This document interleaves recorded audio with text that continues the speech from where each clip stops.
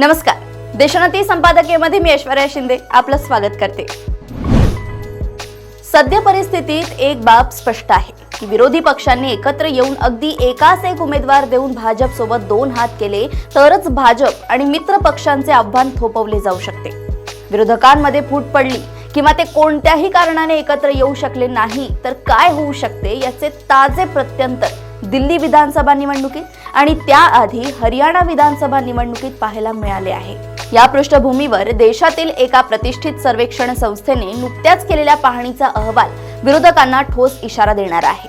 आज लोकसभेच्या निवडणुका झाल्या तर भाजपला 282 जागा मिळतील आणि भाजप आघाडीला 343 जागा मिळू शकतील.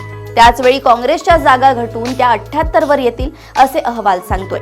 बिहारमध्ये भाजप आणि मित्र पक्ष म्हणजेच नितीश कुमार, चिराग पासवान वगैरे लोक असेच एकत्र राहिले तर बिहारमध्येही विरोधकांना विजय मिळवणे अतिशय कठीण होऊ जाऊ शकते असेही या अहवालात म्हटले. अर्थात अशा अहवालानंतर कितपत विश्वास ठेवायचा हा प्रश्न नक्कीच उपस्थित केला जाईल. परंतु या अहवालाकडे एक अलार्म म्हणून विरोधकांनी पाहायला हवे.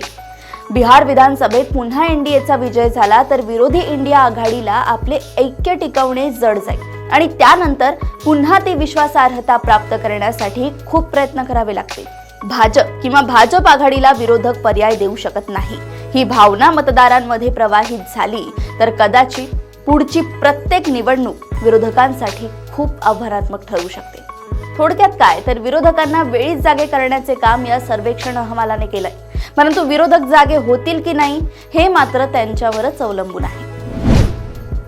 अशाच राजकीय घडामोडी व अपडेट सोबत पुन्हा भेटूया देशोन्नती संपादकीयमध्ये. बघत रहा देशोन्नती. नमस्कार.